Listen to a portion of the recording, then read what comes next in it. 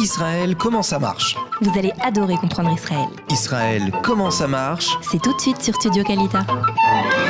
Salut à tous, bienvenue. Nous sommes ensemble pour un moment de détente et de fraîcheur, on va dire ça comme ça. Alors, je suis avec Emmanuel Schwab, bonjour. Bonjour.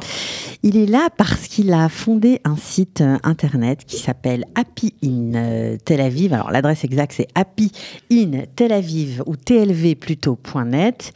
La page Facebook, par contre, c'est Happy in Tel Aviv, tout simplement. Voilà. Et en fait, il a un parcours intéressant. Donc, nous, ça nous intéresse de savoir comment, de A, on passe à Z. Voilà, par exemple, comment on arrive à se réaliser en Israël. C'est pas toujours évident, surtout quand les rêves, au départ, étaient complètement différents. Voilà. Donc, Emmanuel, tu viens de Strasbourg. Exactement. Voilà, tu es arrivé en Israël, je crois, en 2012. Exactement. Mais avant, qu'est-ce que tu as fait avant d'arriver en Israël? Alors, j'étais donc à Strasbourg, en effet. J'ai fait ma scolarité à Strasbourg, à l'école Akiba. J'ai fait ma prépa à Strasbourg et je suis rentré à Normal Sup, à Paris, en économie et gestion. Et donc, j'ai passé 3 ans à Paris où j'ai fait mes études en économie-gestion. Ensuite, j'ai fait 1 an de stage dans des fonds et chez Rothschild en finance. Vraiment un parcours classique. Costume, cravate. Chaussures en cuir. Tout était parfait, tout était rodé. Et puis, mais le rêve israélien. Mais tu t'ennuyais beaucoup. On va dire que je m'y trouvais pas, en tout cas, 100%. Bon, disons que tu étais dans la continuité de ce que tu avais étudié et puis tu te posais pas trop de questions. J'avais adoré mes études, ça il faut le dire. Voilà. Et ensuite, la pratique, c'était peut-être un peu moins le cas. Voilà, mais disons que Israël est passé par là. De toute façon, Israël, ça a toujours été dans ma tête. À Strasbourg, on a une éducation très sioniste. Mon père est président du KKL à Strasbourg. Donc voilà, une éducation sioniste. Et puis voilà, j'ai toujours voulu venir faire une expérience ici. Et je me suis dit, après avoir fait donc Donc en 2012, tu t'es dit... si c'est pas maintenant, c'est jamais. Donc okay. Essayons. Et j'ai contacté Gvaim, qui m'a aidé à trouver un stage dans ma branche, tout en étant un petit peu start-up et technologie. Donc dans la finance, le stage. Exactement, en finance, mais j'avais demandé vraiment que ça soit en finance et en start-up et high-tech. Et ils ont trouvé la chose parfaite, c'était un logiciel de gestion de finances, de produits financiers. Donc vraiment, c'était parfait. C'était parfait, mais tu étais bien ennuyé. Et ça a duré 3 mois, hein. C'était l'été. J'étais très consciencieux, j'allais le matin, je prenais mon bus, donc je comprenais ce que c'était que de travailler et pas d'aller à 2h de l'après-midi à la plage après avoir fait un semblant de stage. Donc c'était vraiment intéressant, en tout cas à ce niveau-là, de comprendre ce que c'est le quotidien. Voilà, tu étais occupé du matin au soir. J'étais dans les équipes, je discutais avec des gens qui étaient vraiment intégrés pleinement dans la société israélienne, dans une société reconnue ici. Donc ça, c'était bien. Donc là, j'ai goûté à ce que c'était la vie ici. C'était le but, vraiment. Donc après que le stage soit intéressant ou pas, ça c'était personnel. Mais j'ai pu comprendre vraiment ce que c'était que le quotidien en Israël. Et c'est pour ça que mon billet de retour d'avion, je ne l'ai finalement pas utilisé. J'ai décidé de rester en Israël. Mais qu'est-ce que tu as fait quand tu es resté Et voilà, je suis resté, j'ai appris l'hébreu, j'ai discuté, j'ai rencontré des gens ici pour essayer vraiment de voir si ça m'intéressait de vraiment faire l'ALIA, parce que j'ai pas tout de suite fait l'ALIA. J'ai vraiment dit voilà, ça me plaît. Maintenant, on va quand même regarder si sur du moyen terme, c'est vraiment ça. Et au bout de quelques mois, j'ai dit voilà, je prends la nationalité, je vais jusqu'au bout de l'histoire et j'ai décidé à ce moment-là vraiment de devenir israélien et de rester. Et de faire l'armée. Et voilà, dans mon cursus d'ALIA, pour moi, c'était évident. Alors, j'avais déjà 25 ans, donc c'était un peu compliqué. J'avais fait mes études. Ouais, c'est compliqué parce que 25 ans, c'est très vieux pour. C'est très vieux. Ouais. Ils m'ont vu arriver, en plus avec des diplômes, etc. Donc, il a fallu que je me batte. Exactement. Ouais. J'ai quand même reçu rapidement, j'ai réussi à trouver par mes connaissances ici, de ces quelques mois que j'avais fait, quelqu'un qui m'a aidé au sein de l'armée pour recevoir rapidement un Tsav-Rishon, c'est-à-dire une lettre d'enrôlement. D'incorporation. Exactement. Voilà. Et je suis arrivé avec mes diplômes, avec mes gros sabots, et je leur ai dit, je veux rentrer à l'armée.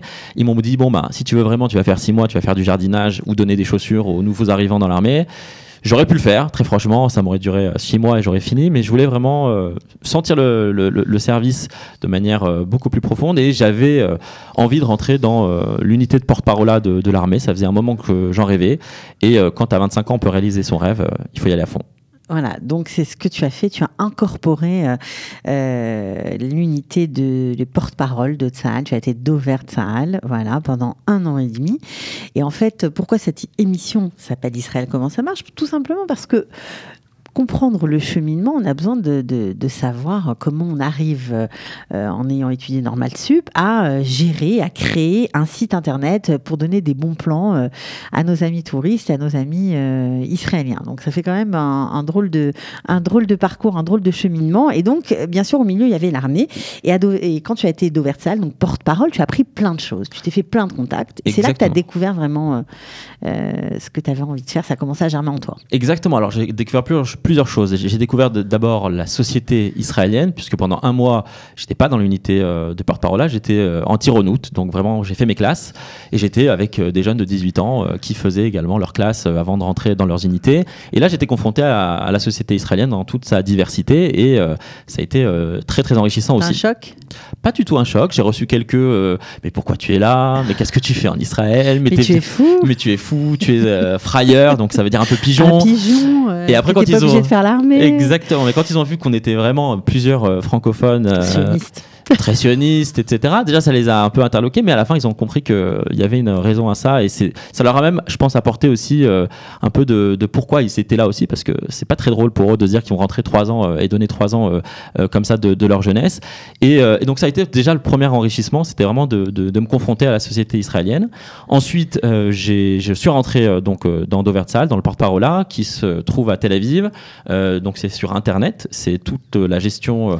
Et là, tu as appris Enfin, tu as été en contact grâce à ce poste au sein de Tsahal avec tous les outils d'aujourd'hui sur Internet, de communication, de marketing. Voilà. Il faut savoir qu'à ce niveau-là, l'armée, c'est une grande multinationale qui parle dans toutes les langues et qui utilise tous les outils les plus perfectionnés pour communiquer. Alors, on peut critiquer, un temps, il y avait une critique de l'armée au niveau de sa communication, mais depuis qu'ils ont lancé leurs réseaux sociaux et qu'ils se sont vraiment penchés sur ça, ils utilisent les outils les plus viraux, les plus buzz, ça marche très très bien et j'ai intégré cette unité. On est encore en retard, mais enfin disons que ça marche. Mais au moins il y a de la créativité, il y a des gens qui sont dédiés à ça et aussi bien au niveau graphiste qu'au niveau vidéo, qu'au niveau des outils sur les réseaux sociaux, tout ça eh bien c'est pris en charge et c'est là donc en effet que j'ai appris tous ces outils, d'aller sur le terrain, de faire des interviews, de créer des articles pour le site internet, de manager la page Facebook, etc. Et donc c'était beaucoup plus fun que la finance.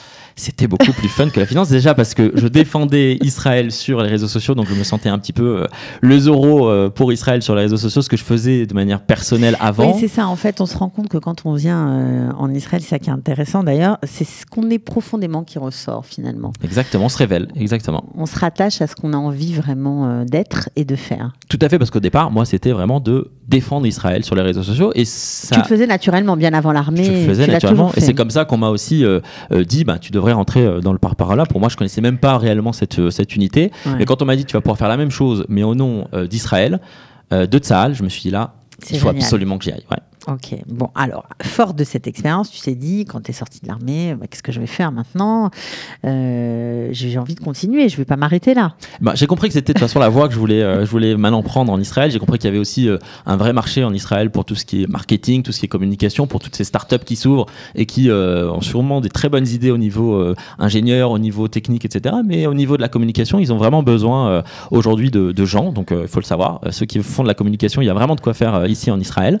Et à la place que la finance, on n'est pas un pôle de finance mondial ici, il faut le dire, on n'est pas Londres, Paris ou New York. Non, c'est sûr. Donc j'ai bien compris qu'il y avait un marché et j'ai lancé en fait de manière très naïve, sans penser vraiment à mon avenir professionnel, une page Facebook pour ma famille, mes amis, pour leur dire un peu où est-ce que je sortais, parce qu'on me demandait beaucoup comment tu trouves ce restaurant, comment tu trouves ce lieu, etc.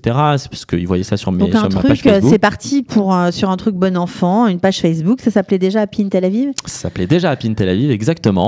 Et très rapidement, j'ai eu des gens que je ne connaissais pas, des gens qui étaient du fin fond de la France, des gens à l'autre bout du monde, qui m'envoyaient du Japon, qui m'envoyaient des messages, qui me disaient que c'était super, qu'il fallait continuer, qui me posaient vraiment des questions. J'arrive bientôt à Tel Aviv, qu'est-ce que je peux voir, etc. Et j'ai compris qu'il y avait un fort intérêt en français pour Tel Aviv, que évidemment Tel Aviv, c'était une vitrine exceptionnelle pour Israël. Et donc j'ai décidé de me lancer là-dedans. Alors pourtant, ça paraît bizarre parce qu'on dit toujours qu'il ne faut pas s'enfermer dans une niche. Alors déjà, Israël, c'est un un petit pays. Tel Aviv, c'est ok, d'accord, c'est une grande ville, mais c'est quand même très petit par rapport au reste du monde. S'enfermer dans ce petit point, c'était pas un petit peu dangereux, c'était pas un petit peu farfelu pour un normalien? Alors c'était stratégique en réalité, parce que quand on réfléchit en fait au marché du lifestyle, on va dire, de tous ces médias qui parlent de où sortir, quoi faire, les bons plans, etc. Aujourd'hui en Israël, il y a évidemment de quoi faire en hébreu. On a de quoi lire en hébreu sur ce genre de sujet, ou en anglais. Vous pouvez trouver ça sur Mako, vous pouvez trouver ça sur exactement sur Time Out, sur bon, on va pas faire de pub, mais enfin bref. Voilà. Mais en tout cas, arriver frontalement face à eux, ça n'avait aucun sens. Donc j'ai décidé d'aller sur une niche pour me différencier, pour que les annonceurs, puisque le site est financé par la publicité. Oui, parce que de la page Facebook amateur, on est passé à quelque chose de plus professionnel. Exactement. Avec des annonceurs, c'est un vrai job aujourd'hui, un vrai média, et voilà. Autant sur la page Facebook que sur le site? Oh oui, tout est interconnecté en fait, donc c'est vraiment sur la page Facebook, le compte Instagram, le site internet, une newsletter, enfin voilà, on gère tout ça, toutes les plateformes d'aujourd'hui. Donc d'un truc bon enfant où il était happy de vivre in Tel Aviv avec tous les bons plans sortis, les musées, le lifestyle comme on dit, eh bien c'est devenu ton activité professionnelle. C'est devenu mon activité professionnelle. Alors, exactement. Comment ça marche de créer un site internet? Comment on fait? Comment tu as fait, quoi?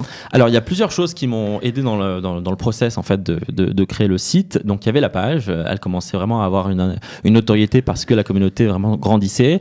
Et il y a eu des rencontres. La première rencontre, c'est avec la ville de Tel Aviv qui était ravie qu'une page Facebook en français s'ouvre autour de Tel Aviv et écrive du contenu autour de ce qui se passait au quotidien à Tel Aviv, et ils nous ont aidés en nous fournissant un espace de travail pour des startups, un lieu où on pouvait s'asseoir et travailler au quotidien avec d'autres startups. Donc c'était très gratuitement. Gratuitement, il fallait payer vraiment des frais vraiment symboliques. Donc ça aide, ça. C'est exactement ça. C'est un lieu qui s'appelle la Library, qui est ouvert à toutes les startups qui peuvent demander à rentrer dans ce lieu-là, et où pendant 6 mois, on est là, on a des gens qui viennent pour voir ce que c'est la Startup Nation, et donc qui rencontrent les startups qui y sont. Et donc c'est à cet endroit-là qu'on s'est installé. Ça, c'était la première chose. Ensuite, dans cet espace, le but, c'était de rencontrer et de parler avec d'autres startups de ces problématiques, c'est-à-dire de développement, technique, marketing, etc. C'est vraiment ça, c'est vraiment une rencontre ça existe dans les faits. Ça s'appelle la Library, c'est dans la Migdal Shalom, l'une des plus anciennes. Non, mais je veux dire, vous le faites, quoi. On le fait. Et puis même, c'est initié par le lieu, c'est-à-dire qu'ils font des soirées, ils font des moments où les gens doivent finalement se rencontrer, se parler, ils les mettent en connexion en fonction de leur domaine d'activité. Et nous, on a fait la rencontre de quelqu'un qui a compris qu'on essayait de développer un site internet, que c'était pas donné en Israël, évidemment, de développer un site de A à Z, et qui nous a donné en fait le contact de quelqu'un. Il m'a dit, contacte cette personne, il est en Espagne, etc. Je fais, je vais essayer. Il est en Espagne? Il est en Espagne. Okay. J'essaye, etc. Donc, je vais avoir un Skype pour lui parler. J'écris tout en anglais, etc.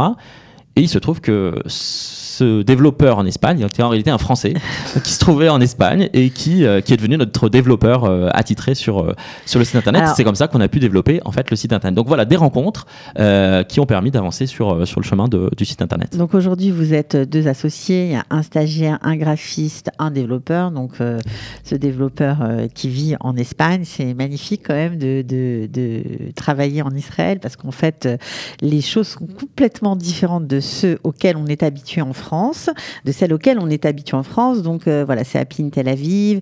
Vous savez combien vous avez de visiteurs? Bien sûr. Alors sur le site, on a environ 60 000 visiteurs par mois.